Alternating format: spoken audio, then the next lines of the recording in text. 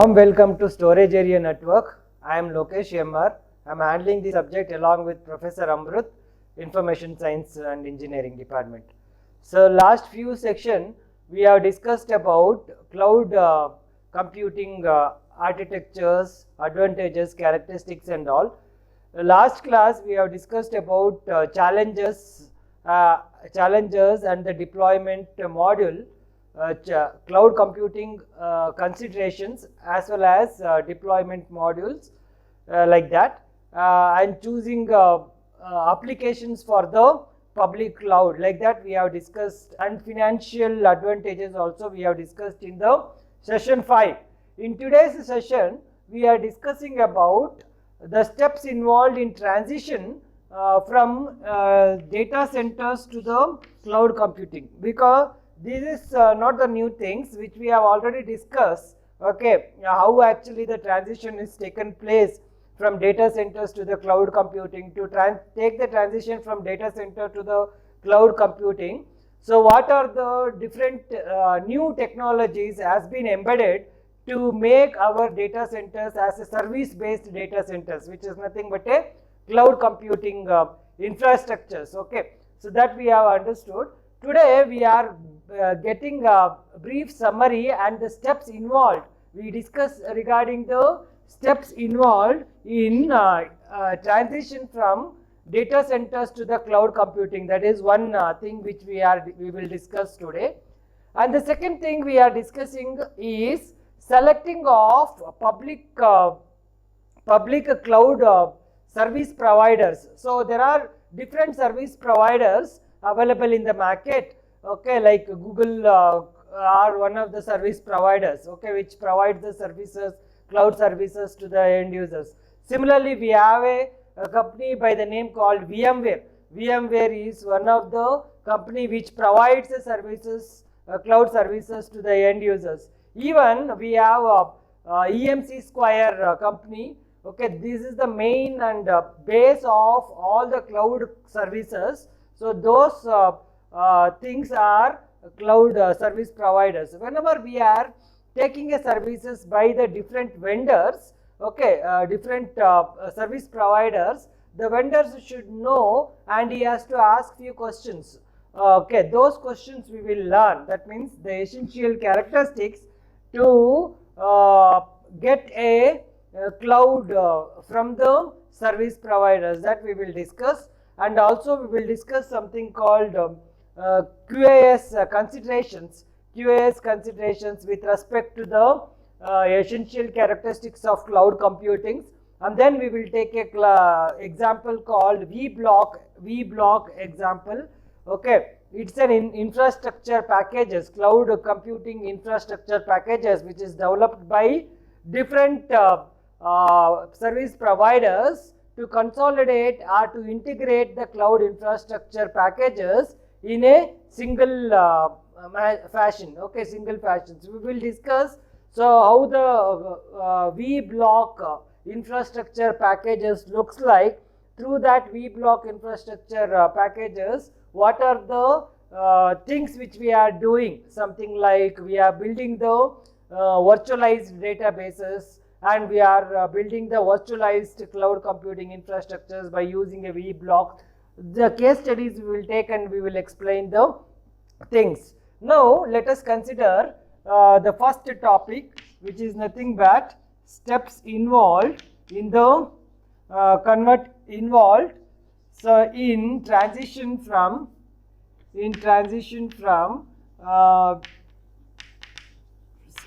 data centers, from existing data centers to cloud computing. Let us discuss that topic. What are the steps involved in things which we have already discussed. Okay, we are just brushing up the conversions of data centers into a cloud computing in a stepwise fashion. Okay, whenever we convert any normal data centers to the cloud computings, okay, normal data centers to the cloud computings, we need to follow certain steps and regulations. What are there means? We need to define the workload required by the organizations, how much workload required. Okay, if we are managing our infrastructure services with workload, okay, with less workload, so we can use this defined data center itself. Assume that we need a enlarged amount of datas. Okay, at that cases, if you want to requires a large number of data centers, we need to provide more disks in the data centers, and for that each disk there will be a cost involved, okay, in terms of hardware cost, in terms of software cost, and in terms of the software virtualization softwares like that to upgrade our things. To perform that, it may be more cost effective, so that we need to analyze how much load we require for using a data centers. If that is the case, instead of having our own workload, our own data centers, we can get a services from the cloud computing, because cloud computing is not being charged for all the centers which we are using it. Only the charging will be done for the resources wise. Okay, the first step when we are converting our normal data centers to the cloud computing, so we need to define the workload. We need to define the workload. This is the first step. Depends upon the workload, we decide whether we want to go for a cloud data center itself, or we need a cloud services like that. Next, we will understand the second step we requires for converting our data centers into a cloud services is provisioning the cloud resources. Okay, provisioning the cloud resources in the sense that, so we need to look whether the services is required is proprietary or not. Okay, sometimes some of the resources requires a licensed versions. Okay, if you want to take a license by our own, okay, it will be cost more. Okay, and it will be permanent, that is okay. But sometimes we does not require a license versions. We want to use that software only for a while, and then we don't want those resources. At that cases, we need to look into the resources provided by the cloud. Okay, whether the resources requires a licensed versions or not. Okay, that is one thing. It depends upon the resources available. We decide to convert our normal data centers into a cloud data centers. Then in the step 3, we have to look for establishing the connections between the data centers as well as the cloud services and as well as the host machines. Okay, the host machines, if their host machines are connecting directly to the data centers, so it requires a specialized infrastructures to connect to it. Okay, so if you are connecting through the cloud computing fashion, then the establishment of connections will be shared by the different vendors. Okay, different vendors. The connectivity cost will be less. Okay, if you are converting our normal data centers into a cloud computing. So next step, we need to look for deploying the workload. Okay, sometimes whether the deploying of workload will be done 24/7. At that cases, if you are to do the deployment of workload for 24/7, then it requires more human resources and management activities will be tedious. So if we are just forwarding that services to the cloud computing, the cloud servicing management qualities will be high. Okay, so next we need to provide a streamless connections. Okay, streamless two-way access. Okay, streamless two-way access. Two-way access in the sense that whether the that two-way access should also be done with the ensures. Okay, it has to ensure two-way. It has to ensure streamless two-way access for the services. Okay, if it is a data centers, even data centers also need a services to the host machines, and host machines also should have a particular software to access the data centers. But if you are moving for the cloud computing, so it's having its own access capabilities. So it through the thin pad or thick pad, the data can be, cloud computing data resources can be accessed, and it will be a streamless. Okay, this is the fifth step we are following to convert our data centers into a cloud computing. The sixth step is testing and validating issues will be overcome. Okay, if we are moving our data centers to the cloud computing, because the cloud providers will be check their working capabilities and the service providing capabilities, and they will be validating the services depends upon the requirements of the companies. Okay, so next, if any discontinuity, if you want to discontinue the services, okay, from the normal infrastructures, okay, normal infrastructures, it has to be easily provided. Okay, so discontinuity of the old services needs to be easily shifting from to the new services. If that is the cases, we go for a cloud computing. That means if you are go for the cloud computing aspects, changing the services, if we don't like, will be a easy task. Only thing that we need to provide something called service level agreements. Okay, we have to fulfill the service level agreement, and then easily we can move from normal cloud service providers into a other cloud service providers. Like that, it depends upon the requirements. Okay, we are moving the normal data centers into a cloud computing data center. So these are the steps involved while we are converting our normal data centers into a cloud data centers. We need to look that the organizations how much workload is available in the available or required for the host machines. That is one thing. And what are the resources it needs. Okay, if the resources is too costly, when we are deploying the data centers, we have to move for the cloud services, because service based cost will be involved in converting the informations, or else we need to look, we don't want to bother regarding the establishment of connections between the host machines as well as a data centers. The cloud providers will take care of establishing the connections between the host machines and the data centers.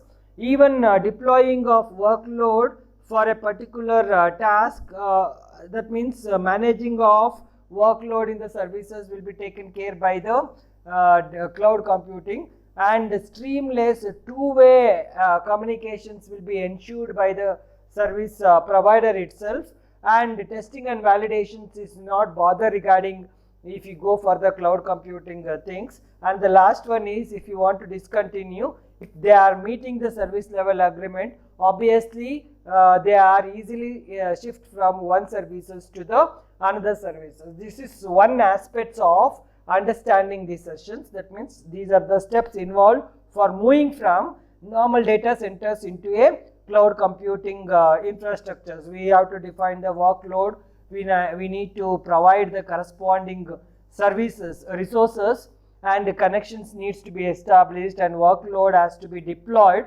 and ensures the streamless two-way communications, and testing and validation should be there, and discontinuity if it is required, it is easily done by using a fulfilling the service level agreement. Okay, this is one concept we are discussed. We need to know regarding understanding the steps involved in moving from normal data centers into a cloud computing data centers.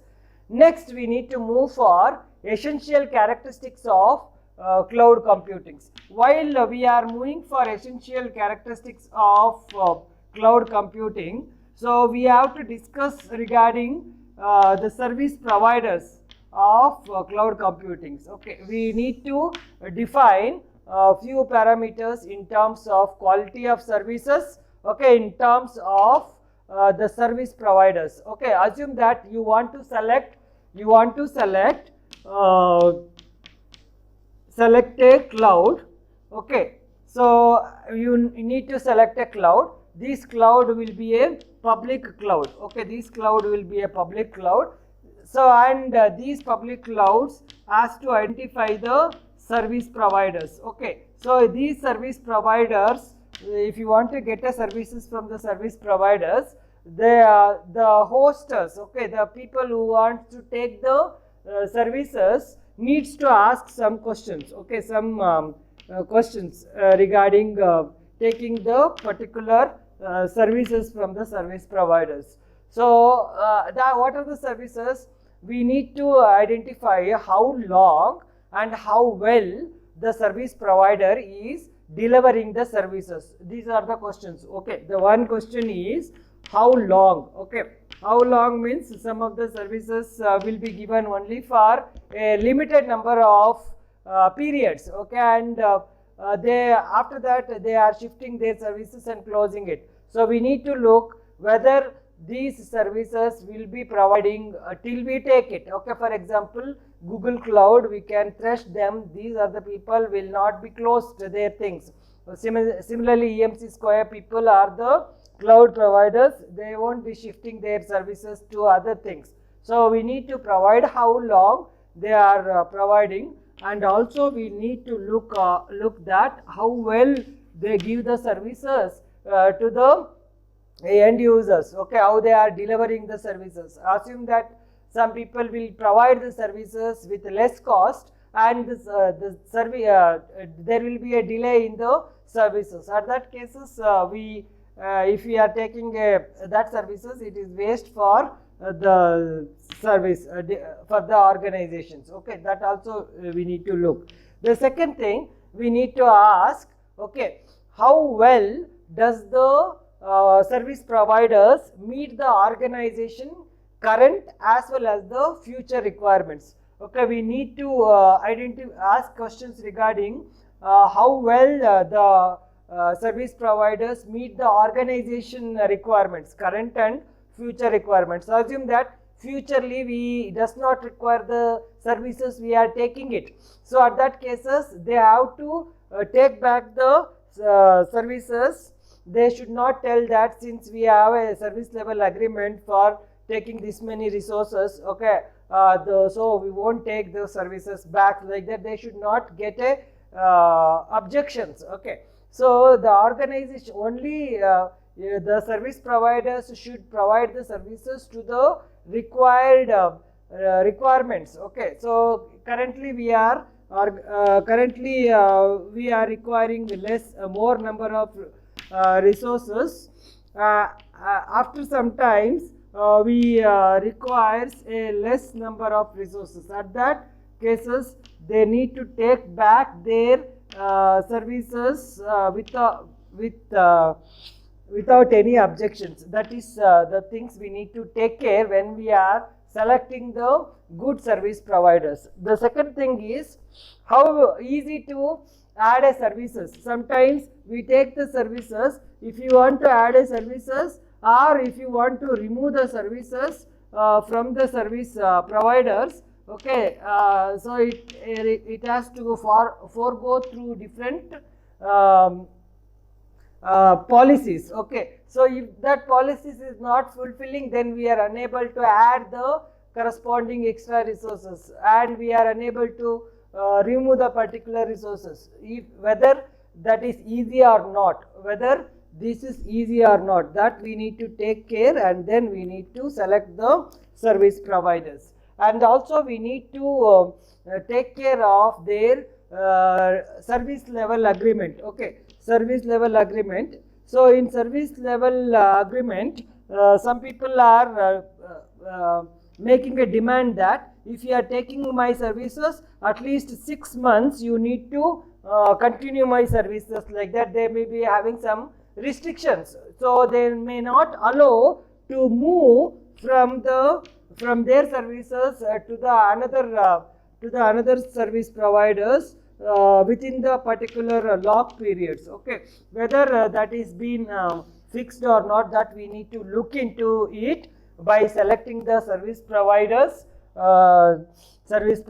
public cloud service providers. Next, we need to look that if you want to upgrading to a new services, or if you want to have our own timings for the upgradation of the services, whether they are allowing or not, because sometimes some organization needs to upgrade their services in the morning itself, because some assume that they are working for a abroad countries, so the abroad countries may be having a service needs in the night. Okay, so at that cases morning in India they need to upgrade their services in the morning. Okay, so night they need to provide it. Such type of flexibility of scheduling times are available or not for maintenance, that they have to look into it. That means they need to have a upgradation, they need to provide a upgrade of their software in any time. Okay, upgrade of softwares without any specifying the scheduled time. Okay, scheduled time, that we need to look into it. And the sixth one, we need to look for the security services they are providing. So how much security they are providing for making to not to reveal our data to the other things, that we need to look into it. So sometimes they may be having an hacking of our data if you are accessing through the cloud services, that we need to look into it. Next, we need to also look into the things, something like legal and security privacy requirements. Okay, sometimes some of the datas which they won't be provided, so and sometimes the data which we are providing will be shared with the other people. So if that is the cases, whether any legal issues are present or not in the corresponding resource providers, that also we need to look. And the last, we need to look for a good service supports. Okay, if the things is not known to us, okay, and they need to give a training to use their services, whether it is possible or not, they are providing a service support for getting the things or not. Okay, like customer service support they are doing or not, that we need to look into it while we are selecting the service providers. Okay, so all these activities needs to check for QAS considerations. Okay, so what do you mean by QAS considerations?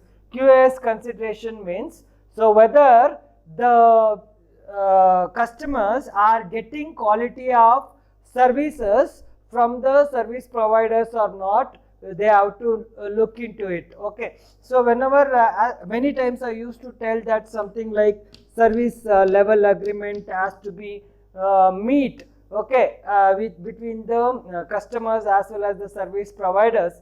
So it is nothing but a contract being provided between the customers as well as the cloud computing service providers, while they are providing a service level agreement, okay, service level agreement contract between the cloud service provider as well as the customers, they need to clearly define the quality of service attributes, okay, quality of service attributes. What are the quality of service attributes they have to define? So they need to define regarding how much throughputs they will be getting the data, okay, how much throughput they are giving it. So the word throughput is used for providing a services without any disturbance, okay, that is the meaning of throughput. So how much time, so the time taken, how much time the service providers will provide the services without having any disturbance. And also they need to specify the upload time, okay, upload time. So in some cases whenever we are downloading the data, so that will be having an higher bandwidth, okay. If you want to upload our data to the cloud services, it will take a long time, okay, for uploading the services. They will be having a less bandwidth for uploading the data, and for downloading the data they will be having high bandwidth. So they will be managing the bandwidth, network infrastructure and internet aspects by the service providers. Those things needs to be taken care whenever we are considering the service providers, okay. That is along with the few questions like how long and how well actually the service providers will provide the services, and whether the service providers will providing the services will meet the current and future requirements. So sometimes presently they are giving the current requirements, after 6 months they are not providing the services, that we need to require services, that also we need to take it. And whether it is easy to add or remove the services in their aspects, whether they will be allowing to move from one services to the another services if they are not meeting our services. In service level agreement they are keeping any lock period or not. So whether they will be allowing the upgrading of softwares, so in a different time, okay, whether they are providing a corresponding security services, so whether they are following a legal issues, if any things happens in the services, so whether they will be looking into the things in a legally fashions or not, whether the privacy which we are keeping in their the privacy they are keeping their keeping our informations confidentially or not, that they have to know, whether they will be giving good security customer service supports for upgrading their services. Along with that they need to provide a good quality of services in terms of throughputs and uploading time like that, okay. So next let us take, I hope this you people have understood the services of essential characteristics of this. Now let us go a case study of vBlock, okay, case study of vBlock. So some of the organization, okay, like EMC Square and VMware and Cisco, those people are developing the integrated package, okay, integrated package for cloud services. So these integrated cloud services, cloud infrastructure packages, infrastructure packages contains all the integrated services required to perform the operations, okay. For example, what are the services required for performing the operations? Any software which we are developing, so that software should be built along with the applications, okay. So it needs to have a applications, it should have an applications. any software which we are providing it. So assume that I am using a cloud, okay, and the cloud should be accessed through some application itself.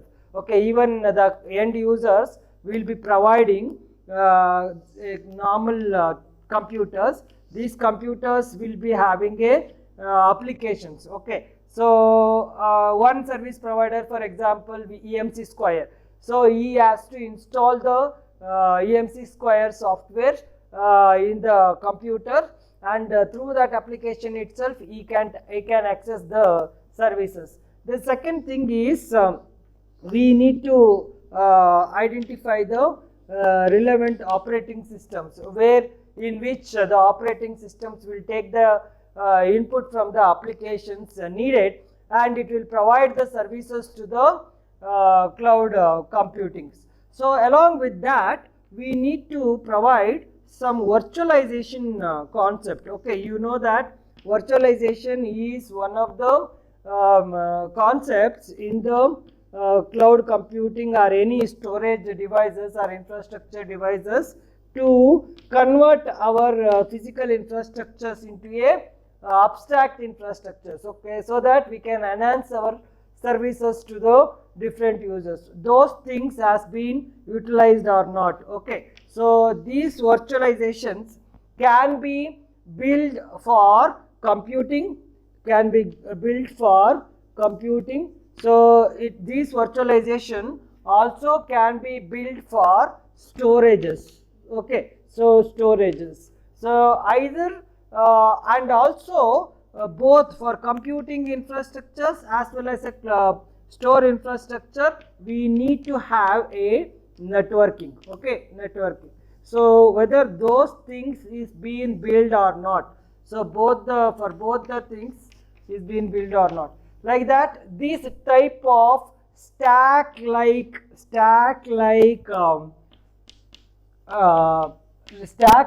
infrastructure packages is being built by a company called EMC Square.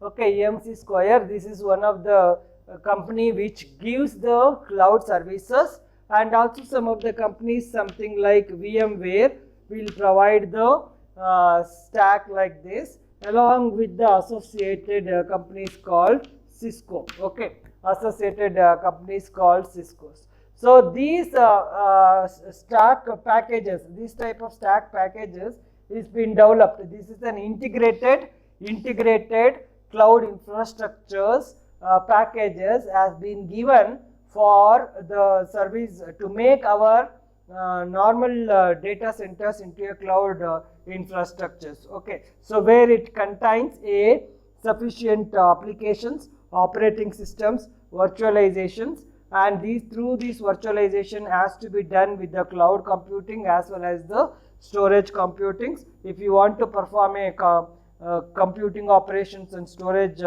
operations, okay, through the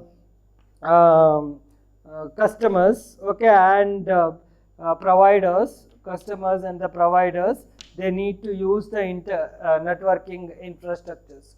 Okay, these will be these types of integrated cloud computing stack will be used to enable virtual data centers and cloud computing. So these things will be used for building the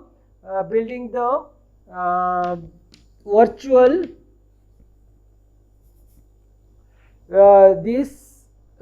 building the